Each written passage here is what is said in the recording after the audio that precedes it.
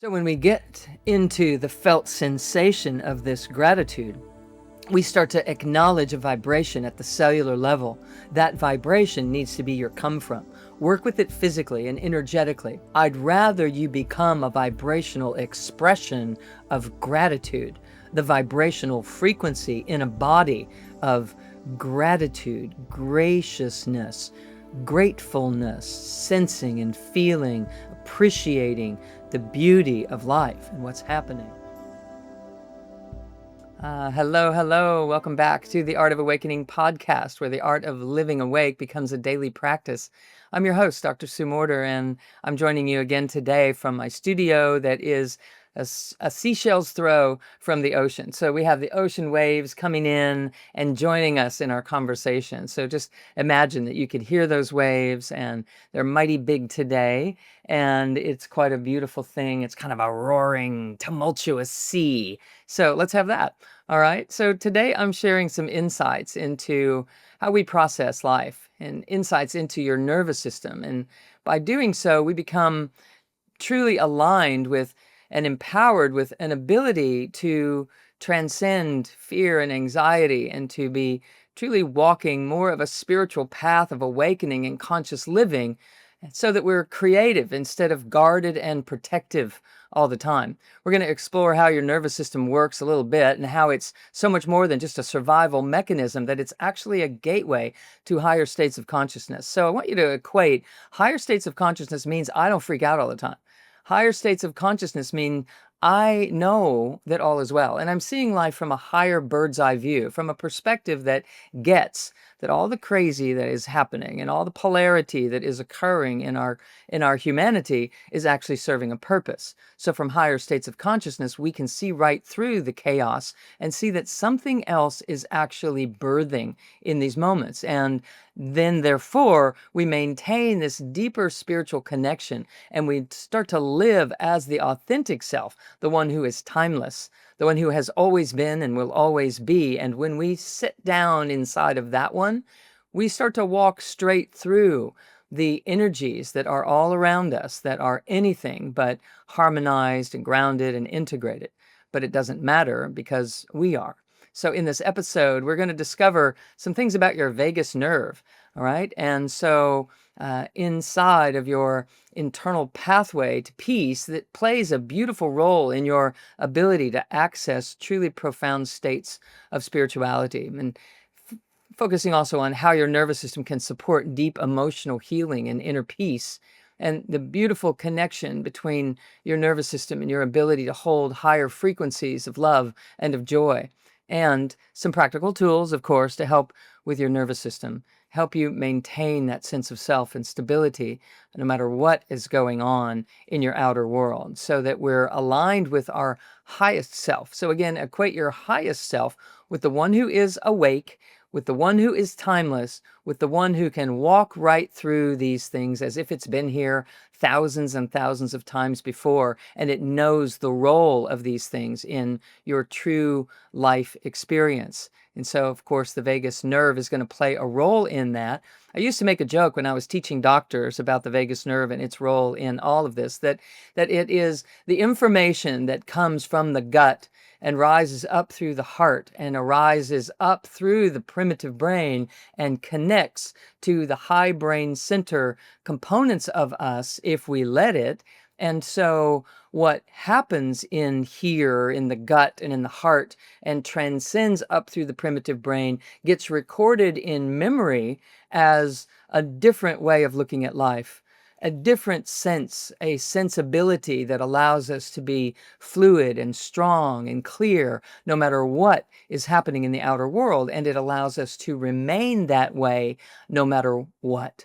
So the old saying that what happens in Vegas stays in Vegas takes on new meaning when we look at it this way, that what happens in the gut and in the heart and in the integrated facet of us that moves up through the primitive brain and into these high brain centers gets to maintain its certainty and its clarity no matter what is going on in the world around us. So maybe you'll get a little chuckle out of that. So The vagus nerve is intricately connected to the heart's electromagnetic field, which many spiritual traditions refer to as the seat of wisdom and intuition. And this connection is truly operating on the truth. It's not operating on what happened yesterday in the news. It's not tuned into what's going on in that family dynamic or the fact that you're ruminating on something that happened 30 years ago. It's just clear and pure and strong. And it is the version of us that we're trying to land on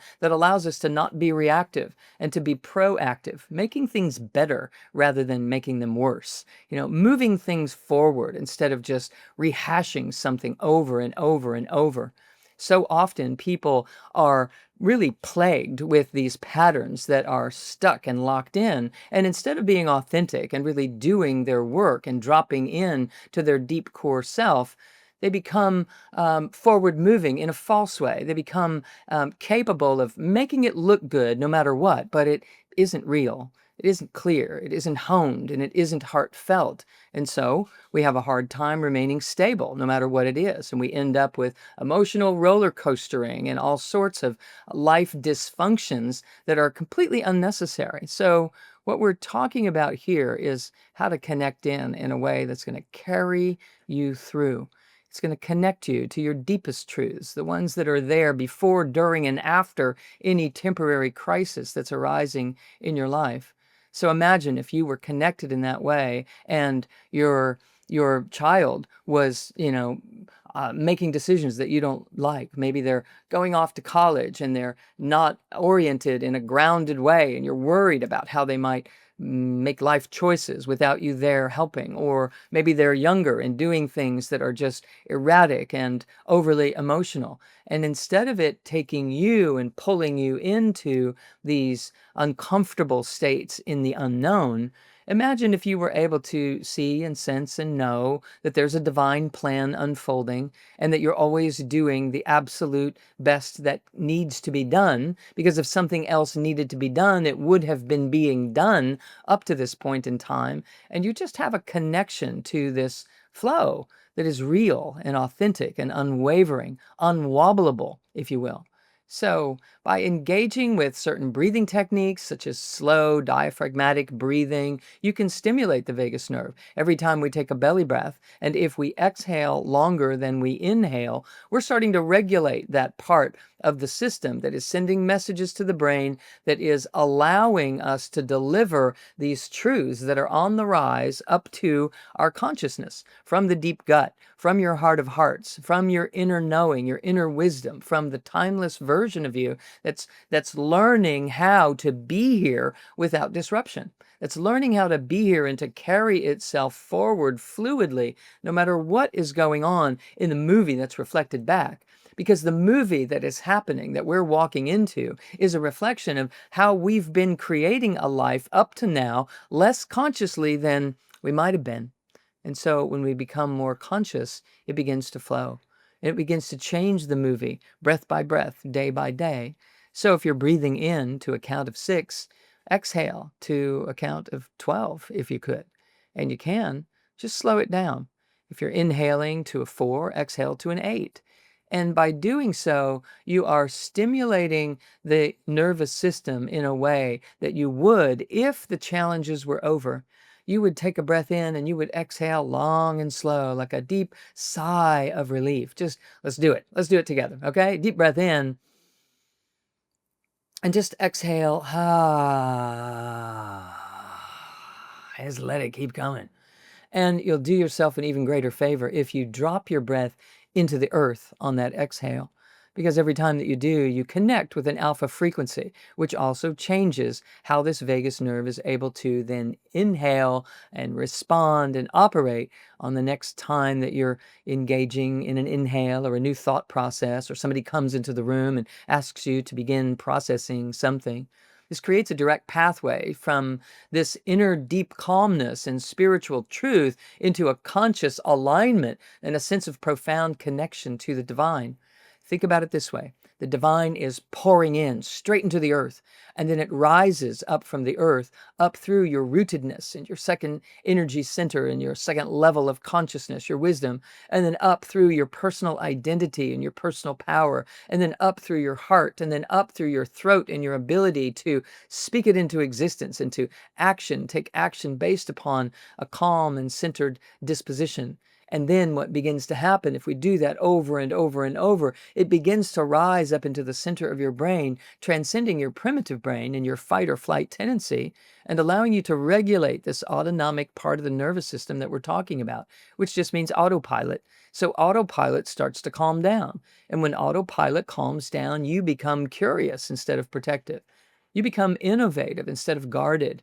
You become free instead of ruminating over something that happened, or questioning someone's intention or where they're coming from or what's going on.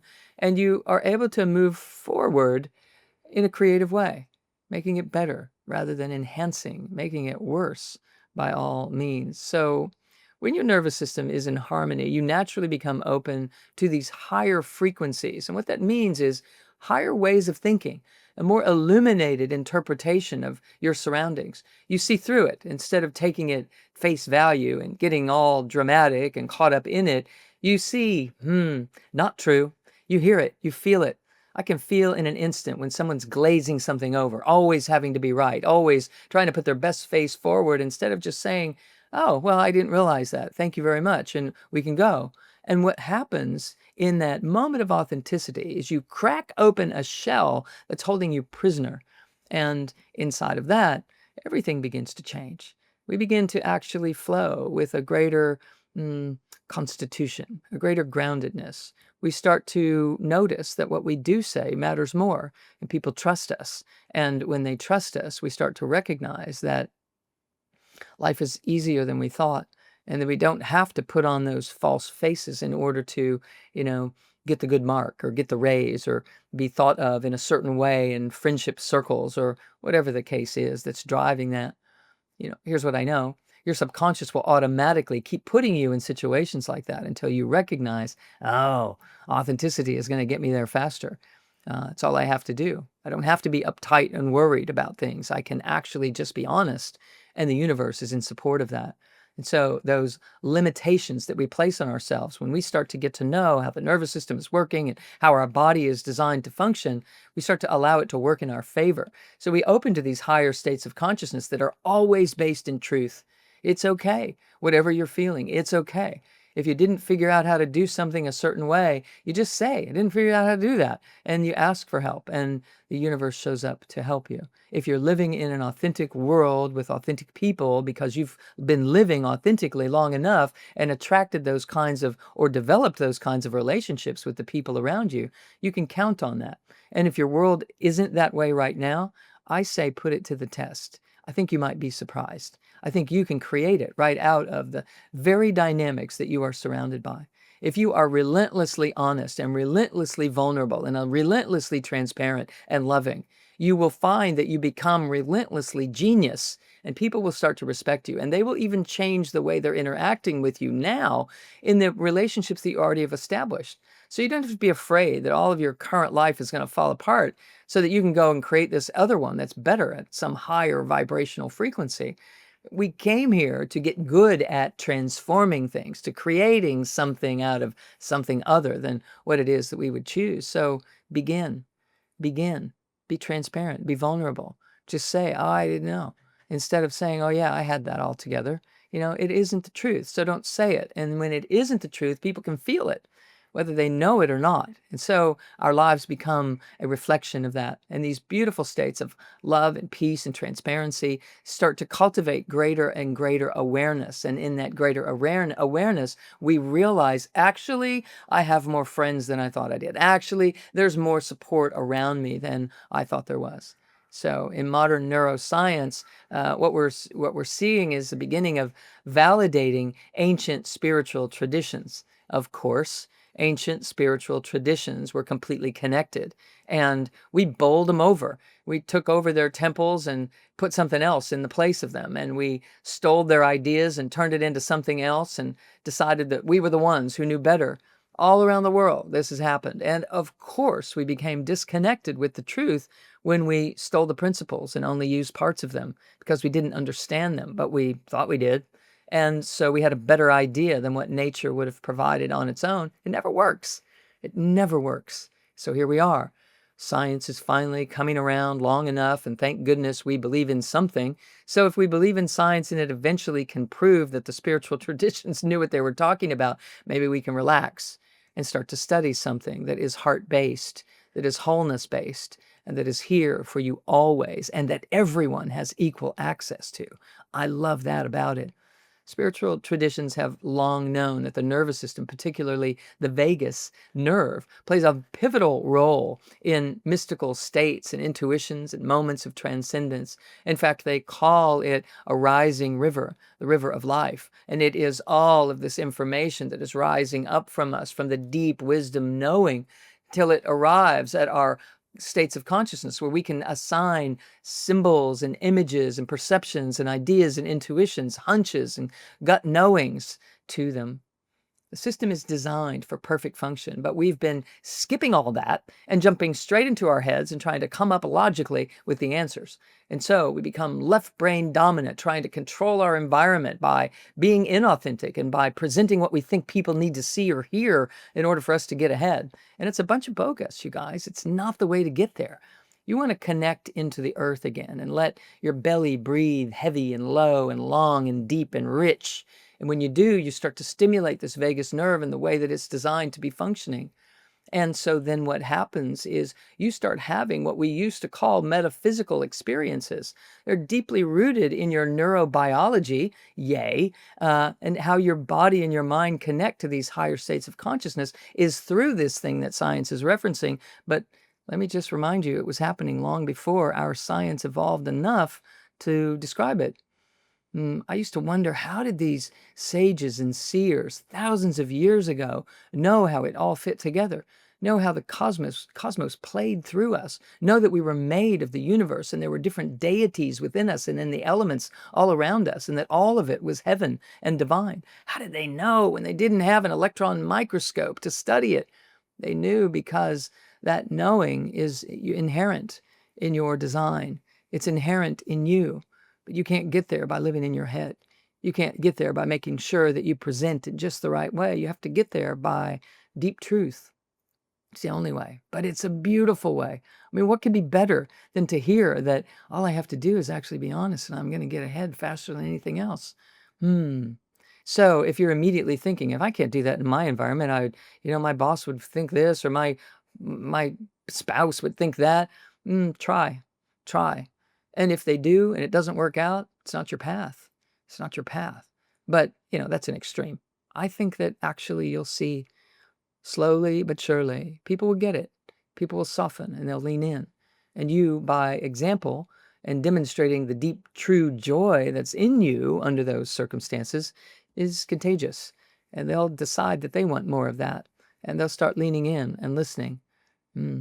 So how do we trust and how do we know? Well, we have to do that by approaching it with a balanced nervous system that allows you to transcend this whole illusion of separation that we created because we created an imbalance in our system in the first place by landing and splatting and thinking we had to fit in and others had to love us in order for us to be loved and we had to be approved of, and all of the all that we have concluded that is just part of the illusion begins to dissolve. And as it begins to dissolve, our nervous system begins to harmonize. And when it does, the vagus nerve begins to operate in its fullness.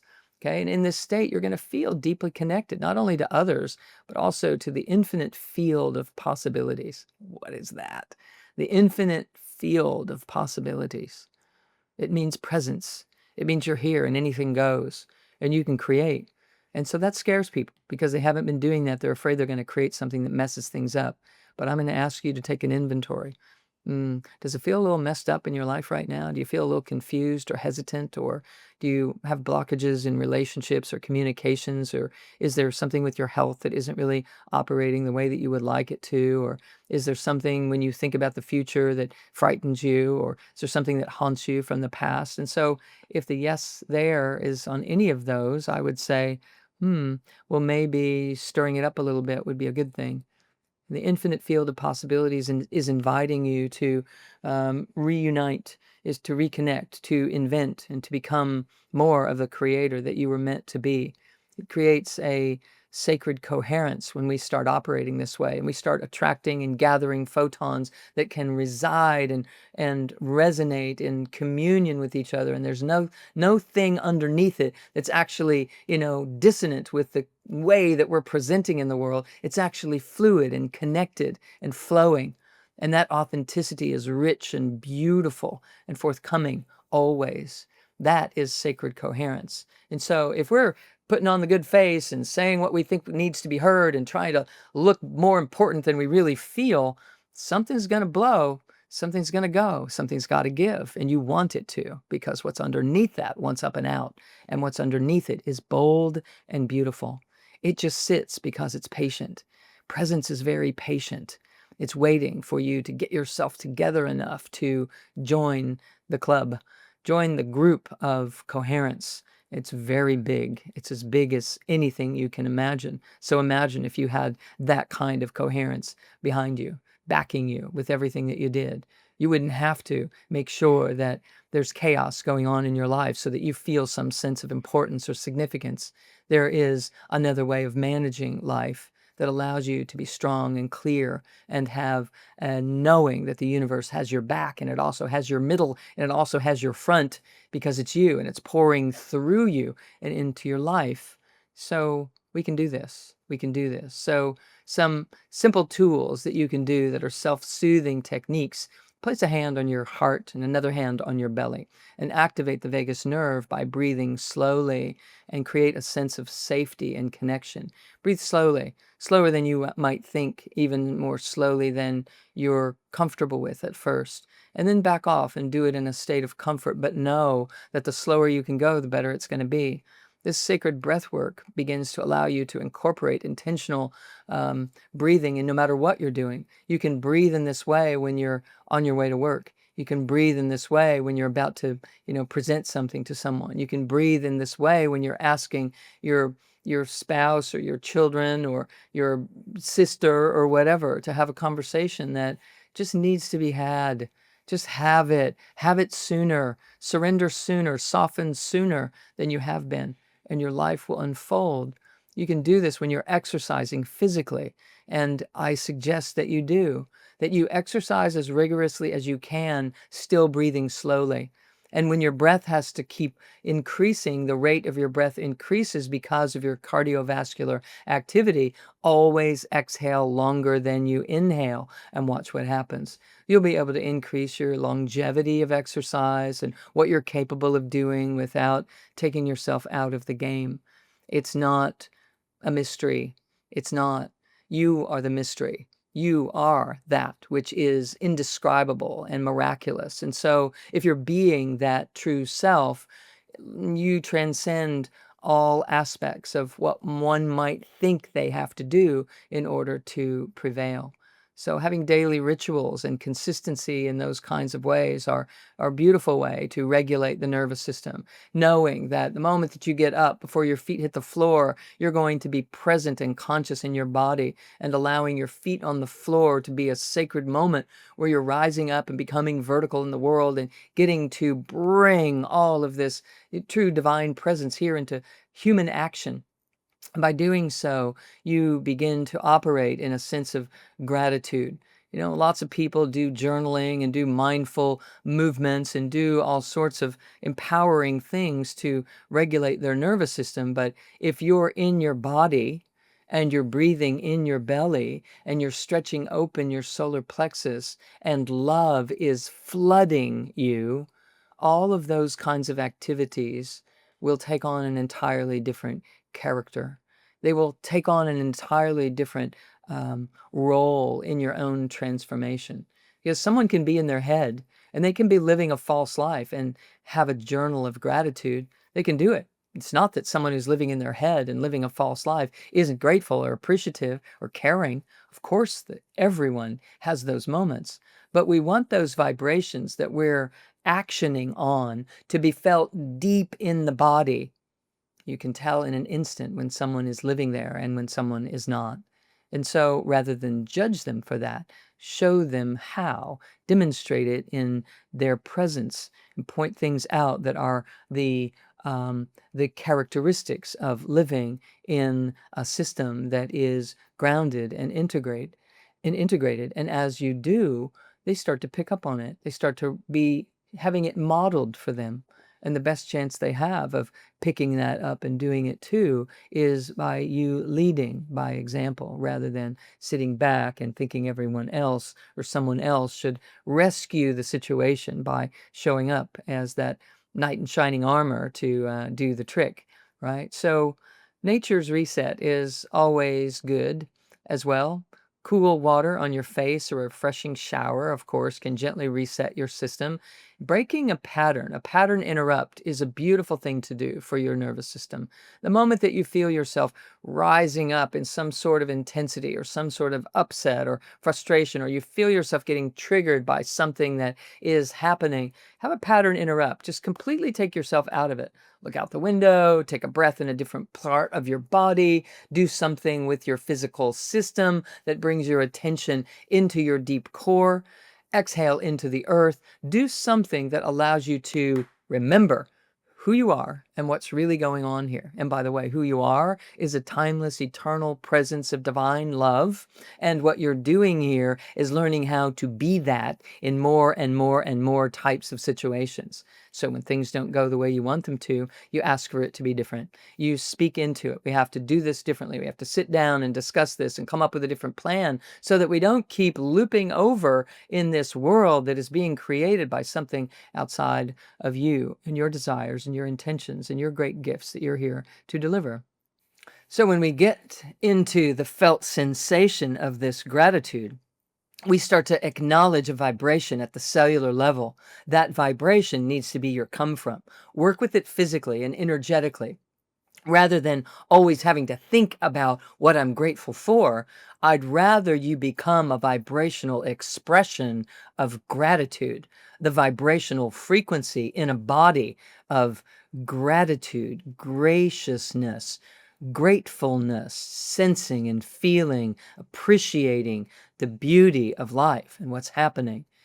That is a come from, friends. It needs to be a go to until it is a come from. So don't just make a list of things that you're grateful for. It lasts about as long as it takes for the ink to dry. There's something more in it for you. Use that moment to open you up into a deeper reality. It's what's here for you. It's why you came. So when you're feeling grateful, take your attention to your body. Inside, deep in your heart of hearts, deep in your core, in your solar plexus, in your gut, in your belly, and see what it is that's vibrating there. What does it feel like? Is your stomach open? Are you relaxed? Is there a sense of openness to the breath? Is there a sitting down inside the pelvic floor and inside the solar plexus and inside your heart, that you're actually sitting down inside there? Or is it something you're up in your head looking at and trying to open it up from up here? The best way to open it is to move down in there, because the truth of you is vastness and formlessness, openness, spirit. That essence is what does the opening. So drop in to your body and allow that to be where you sit. And as you do, gratitude is automatic. You're graciously capable of living life. And knowing that turns you into that individual who is constantly regulating their nervous system no matter what is going on. Also, do some gentle movements, take some stretches and walks in nature, and any movement that feels good to the body, of course, helps your nervous system remember its natural flow. But always take your attention inside your body. If you're walking into nature and it's an amazing sensation to see the sights that you see or hear the sounds that you're hearing, don't just appreciate them, because that appreciation will pull you into your heart, but up and out into an expansive, lovely moment. But as soon as you have to walk back to your car or to your home and get back into life, that moment is kind of left behind in your consciousness. But if you'll notice in your body what it feels like when you're there, then what gets to happen is sustainability. And when that is happening consistently enough, your nervous system starts to truly open as your gateway into higher and higher states of living in peace and in love and in joy, in a state of consciousness that sees right through what isn't true, but keeps walking because your job is to express what is true. So we learn from those around us, we learn from our circumstances, and we become what it is that we see they could be. By doing so, we're using our environment to awaken. And by doing that, we in turn emanate and radiate a more coherent field for those around you to live in. So, there's a little conversation about your nervous system and who you are and how to regulate some things and how to be more present with yourself in beautiful and loving ways.